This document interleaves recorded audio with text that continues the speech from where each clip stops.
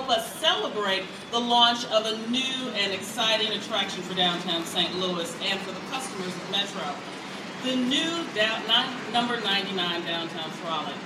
The Metro vehicle, dressed up to look like a trolley, will make access to downtown attractions and businesses more convenient just for the downtown consumer, as well as for people traveling from North County, South County, West County to get into downtown.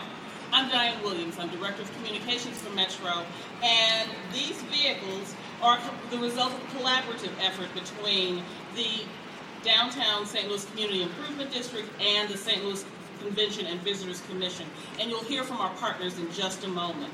For Metro, this route expands our service to better meet the needs of our customers, those who are traveling to and those who are traveling around downtown. It's now called the 99 Downtown Trolley beginning today, but it replaces our former 99 Downtown Circulator that has been running in downtown for the last several months. This route travels along Market Street, 4th, Broadway, Washington, and it will reach more attractions such as the City Museum at the western end of the route. You will see this on the street from 5:30 in the morning till midnight Monday through Friday, and from 7 until midnight on Saturday. During the middle of the day, from about 7 a.m. to 6 p.m., you'll see these vehicles running every 10 minutes through downtown, 20 minutes the rest of the time. And that's going to make it a lot easier for daily commuters as well as a guest to get around in downtown St. Louis. We're also testing a different fare structure for this service. Just like the Forest Park Shuttle that runs throughout the summer, you'll see the downtown trolley offers $2 for adults and $1 for children and seniors and people with disabilities all day.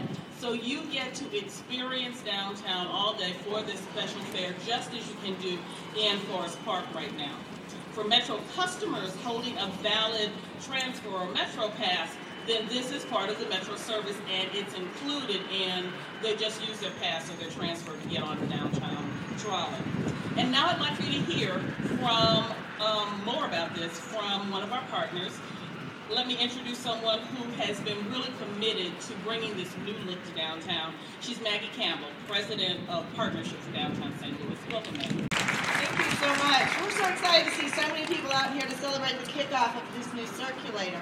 We know this is going to be a benefit to residents and workers and visitors downtown because it's going to make it really convenient to get around.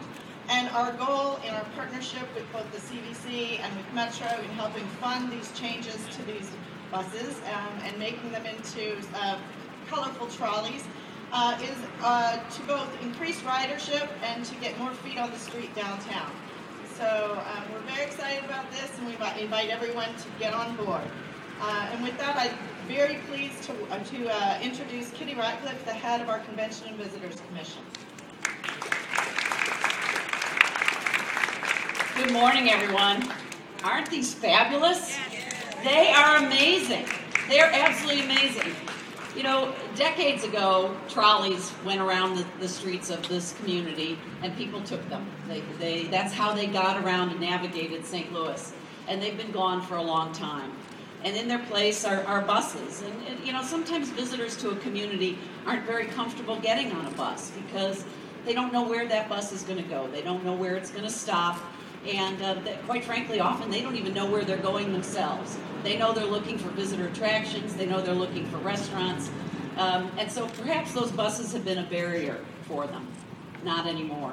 Thanks to Metro's vision, the support and the idea generated from the Downtown Partnership to do this, we've got a project here that we think works for everyone.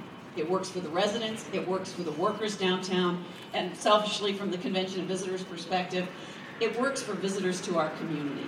It is something that is fun and friendly. It is not a barrier. It says, this is for visitors. This is going to take me where I want to go. And the trolley stops that will have maps on them will be really clear for people to be able to understand that it is going to take them to the visitors' attractions and the restaurants that they're looking to find. So I want to give my thanks to the Partnership for Downtown, and particularly for Metro for having this vision. It would be really easy for Metro to say, we operate buses. That's not what they said. They said, we're in the transportation business, and there's a big difference. So we're really looking forward to this. It's going to be great for the visitors to our community.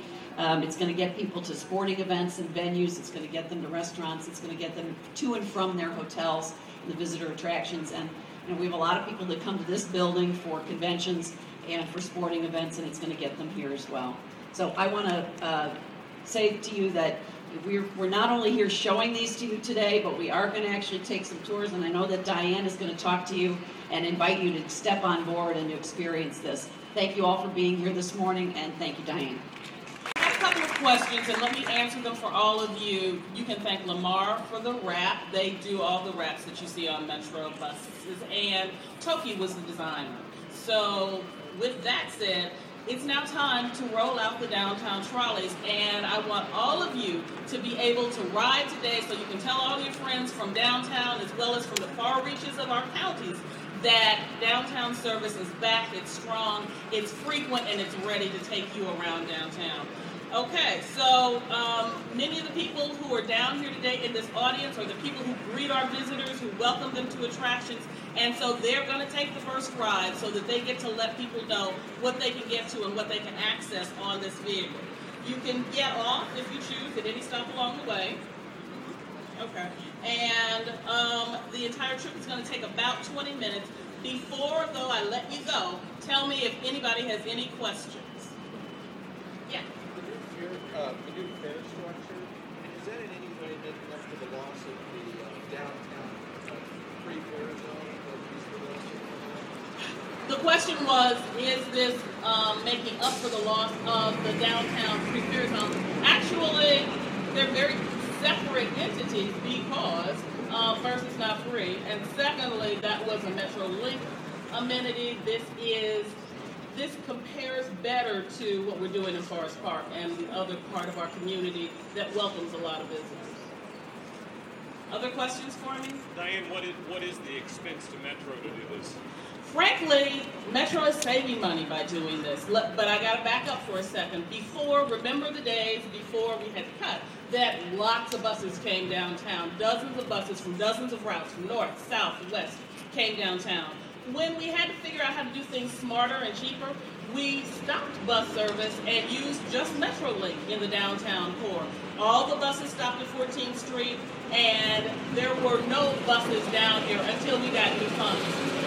We were able to do this circulator. It means that people transfer from MetroLink, if they choose to this circulator that's taking care of all of downtown. And it's doing a couple of things. One, those buses added to congestion in downtown, and now there is a bus route every 10 minutes or 20 minutes if you're before 7 or after 6.